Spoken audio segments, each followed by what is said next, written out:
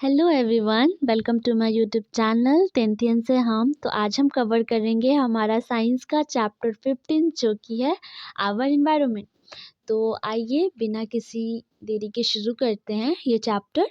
ये बहुत इजी सा चैप्टर है, तो हम इसे पार्ट वाइज कंप्लीट करेंगे। तो ये हमारा पहला पार्ट है।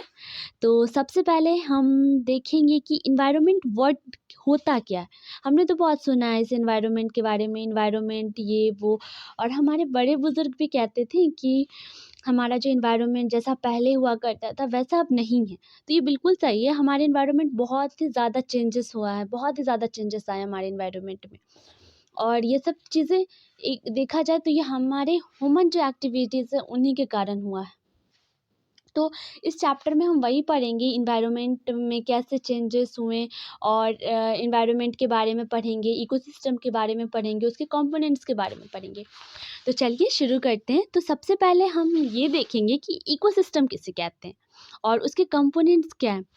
तो हमारे एनसीईआरटी में एक डेफिनेशन दिया हुआ है इकोसिस्टम का, तो वो है all the interacting organism in an area together with the non-living constituents of the environment form an ecosystem।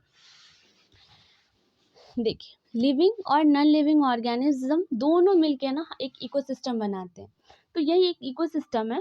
Ecosystem में लिविंग ऑर्गेनिज्म भी रहते हैं और नॉन लिविंग ऑर्गेनिज्म भी रहते हैं। और ecosystem consist of biotic components and abiotic components. Ecosystem में दो तरह के कंपोनेंट्स होते हैं, बायोटिक और एबायोटिक। तो सबसे पहले देखेंगे बायोटिक किसे कहते हैं। बायोटिक यानी कि लिविंग कंपोनेंट्स। बायो से ही मतलब, बायो का ही मतलब होता है लाइफ। तो बायोटिक कंपोनेंट्स का मतलब ऑब्वियसली होगा जो वैसा कंपोनेंट्स जहाँ लाइफ, बायोस्फीयर यानी जहाँ लाइफ होता है। तो वही बायोटिक कंपोनेंट्स हम लोग लिविंग कंपोनेंट्स को बोलते हैं, और एबायोटिक कंपोनेंट्स हम लोग नॉन लिविंग कंपोनेंट्स को बोलते हैं। तो अगर एग्जाम में आपसे ये पूछ दे कि what are the components of ecosystem, तो इसका अच्छा सा डेफिनेशन दे करके और एग्जांपल्स दे करके आप इसे लिख सकते हैं। और आपका ये डेफिनेशन भी आपको दिख रहा होगा स्क्रीन पे, तो आप वो डेफिनेशन लिख सकते हैं। दूसरा हम ये है कि इकोसिस्टम नेचुरल भी होता है और आर्टिफिशियल भी होता है।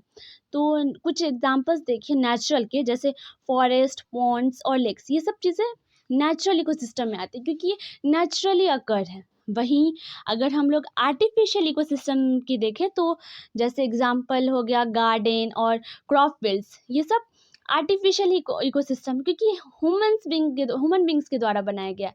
गार्डन नेचुरली तो नहीं हुआ है, अगर क्या है ये इसे हम लोगों ने बनाया है, और क्रॉप्स, खेत वगैरह इसे भी हम लोगों ने बनाया है। तो ये ह्यूमन मेड आर्टिफिशियल इकोसिस्टम है, ठीक है। तो अब नेक्स्ट ये है कि हाँ, ऑर्गेनिज्म अपने कि वो कैसे खाना ऑब्टेन करते हैं, उस बेसिस पे ऑर्गेनिज्म तीन तरीके से ग्रुप किए गए हैं, क्लासिफाई किए गए हैं। पहला प्रोड्यूसर, दूसरा कंज्यूमर और तीसरा डिकम्पोजर्स। तो सबसे पहले हम देखेंगे कि प्रोड्यूसर्स किसे कहते हैं। ये सब चीज़ें हम लोग बचपन से ही पढ़ते आ रहे हैं, तो ये कुछ ज़्यादा टफ है नहीं, समझने लायक उतना है नहीं, क्योंकि हम ये चीज़ ऑलरेडी समझ चुके हैं बचपन में ही अपने प्रीवियस क्लास में। तो चलिए फिर भी देखते हैं प्रोड्यूसर्स किसे कहते हैं। तो all green plants and certain bacteria which can produce food by photosynthesis come under the category and are called producers.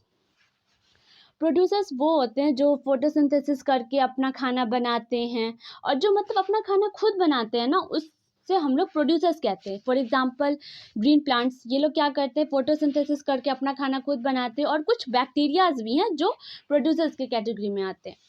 फिर सेकेंड हो गया कंज्यूमर्स। कंज्यूमर किसे कहते हैं, हम ह्यूमन बींग्स कंज्यूमर ही तो हैं।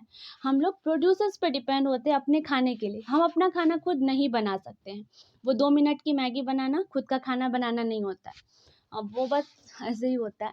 तो हम ह्यूमन बींग्स क्या करते हैं, ग्रीन प्लांट्स पे डिपेंड होते हैं, क्योंकि ग्रीन प्लांट्स खाना बनाते हैं, और हम लोग कंज्यूमर्स क्या करते हैं, उनसे खाना ले लेते हैं और उन खा जाते हैं।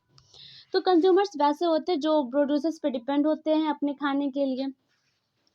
फिर जो तीसरा आता है वो है डिकम्पोजर्स। डिकम्पोजर्स क्या करता है, they break down the complex organic substance into simple inorganic substance.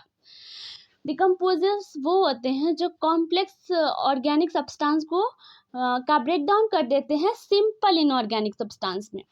और कुछ एग्जांपल्स हो गए डिकम्पोजर्स के, वो हो गया बैक्टीरिया और फंगी। तो थैंक यू फॉर वॉचिंग। आज के लिए इतना ही। अब इसका अगला पार्ट जल्द आएगा, तो हम उसमें आगे के टॉपिक्स कवर करेंगे।